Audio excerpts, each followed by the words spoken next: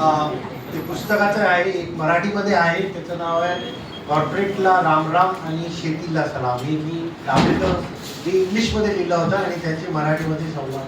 English पुस्तकाचं नाव आहे move over मायक्रोचिप्स. Okay, माझं नाव व्यंकट अय्यर आणि आता माझं लांब ओळख झालं आहे, तर जास्त काही मी सांगत नाही. आणि मला आता इकडे समीर आज नाही आहे, पण समीरनी सांगितलं होतं पत्रकारिताबद्दल तुम्ही बोला जरा. तुम्हाला एक लहानसं गोष्ट मी सांगतो. लहानपणीपासून आमच्या घरी 2 न्यूजपेपर यायचे सकाळी. पप्पा घेऊन यायचे, 2 न्यूजपेपर यायचे सकाळी. आणि लहानपणीपासून आमची सवय झाली होती ते न्यूजपेपर बघायचे. सकाळी उठलं की ती घंटी कधी वाजेल ते बघायचे. आज आला नाही, आज उशीर झाला, 5 मिनिटं उशीर झाला, 10 मिनिटं उशीर झाला. का बरं? म्हणजे पेपर वाचायला नाही, ते कार्टून असायचं. ते कार्टून वाचायला आम्ही धावपळ करायचो. कार्टून वाचत वाचत पुढे गेलो आणि मग इंटरेस्ट आला स्पोर्ट्स पेजला. त्या काळी सुनील गवास्कर होते, आता तुम्हाला टेलिव्हिजन माहिती आहे, तेव्हा आमचं हिरो सुनील गवास्कर होते. तर त्यांनी काय केलं, रवी शास्त्रींनी काय केलं हे बघायला आम्ही स्पोर्ट्स पेज बघायचो. तर कार्टून बघायचे, मग त्याच्यानंतर स्पोर्ट्स पेज, मग हळूहळू फ्रंट पेज, मग नेशन पेज, मग सिटी पेज, मग पुढे गेले आम्ही एडिटोरियलला. आणि एका काळी असं आलं की आम्ही पूर्ण न्यूजपेपर वाचायचो. ही मी तुम्हाला गोष्ट जे सांगते आहे ते कमीत कमी आता 50 वर्ष झाली. तेव्हापासून आम्ही न्यूजपेपर वाचतो. असो, आता आपले जे गुरुजी आहे बालशास्त्री जांभेकर, त्यांनी 1982 मध्ये एक वृत्तपत्र काढलं होतं. 1832 मध्ये वृत्तपत्र काढलं होतं. त्याचं नाव दिलं होतं दर्पण. त्याचं नाव दिलं होतं दर्पण. दर्पण म्हणजे काय? आरसा.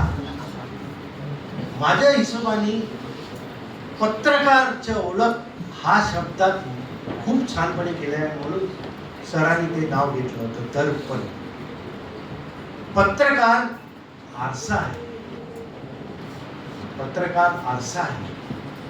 आरसामध्ये तुम्ही बघितलं तर तुम्हाला काय दिसेल? फक्त सत्य दिसेल. सकाळी उठून तुम्ही आरसामध्ये बघितलं आणि तुमच्याकडे केस नाही, तो तुम्हाला केस दाखवणार नाही. दाखवणार नाही, दाखवणार. तो फक्त सत्य दाखवतो, म्हणून त्याला सांगतात दर्पण.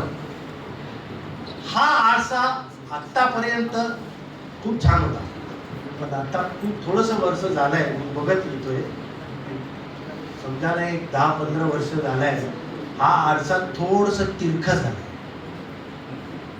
आरसाच्या समोर आपला सरकार असू दे, विपक्ष असू दे, नेता असू दे, समाजसेवक असू दे किंवा साधारण माणूस असू दे, तो सत्यच दाखवणार आणि खरंच दाखवणार.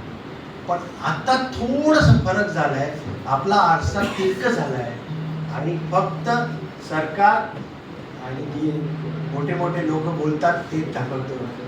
आम साधारण माणूस गायब झाला, दिसतच नाही आरसामध्ये. आणि माझं एकच विनंती आहे की पत्रकार लोक, ते अगोदर तुम्ही करत होते ते सामान्य माणसाचे जे अडचण आहे, जे वेदना आहे, हे मोठे लोक सांगतात ते पण पाहिजे आपल्याला. हे असं करतो, तसं करतो, एवढं पैसे टाकलं, एवढं बजेट केलं, हो ते पण तुम्ही लिहा. पण हे साधारण माणसाचं जे इमेज होता आरसामध्ये ते नका काढू. ते नका काढू, कारण त्याची जी वेदना आहे त्याच्यामुळे बाकी लोक जिवंत आहे. नाही यांचे काम काय आहे? सगळे खुश आहे तर आपल्याला हे कशाला पाहिजे? नको ना आपल्याला, सरकारच नको, सगळे तर खुश आहे. तर सरकार आहे कोणासाठी? सरकार आहे आपल्यासाठी, आम माणूससाठी. आणि आम माणूसच्या वेदना त्यांच्या कानापर्यंत आणि त्यांना लाज येऊपर्यंत कोण पुढे आणतो? एकच माणूस, आणि तो आहे पत्रकार.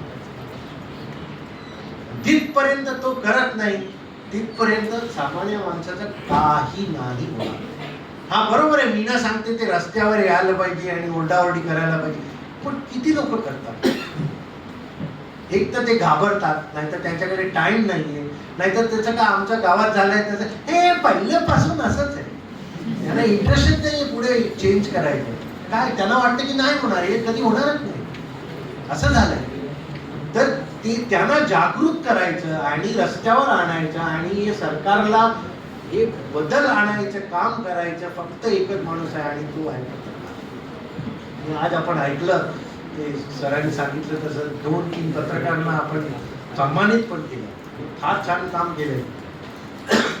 एका बाजूने आपला सिंग आहे जो चांगला विचार करतो, तो पण गरजेचा आहे. म्हणजे दोन्ही बाजू तुलना पाहिजे. बस एवढंच मला सांगायचं होतं. Thank you very much.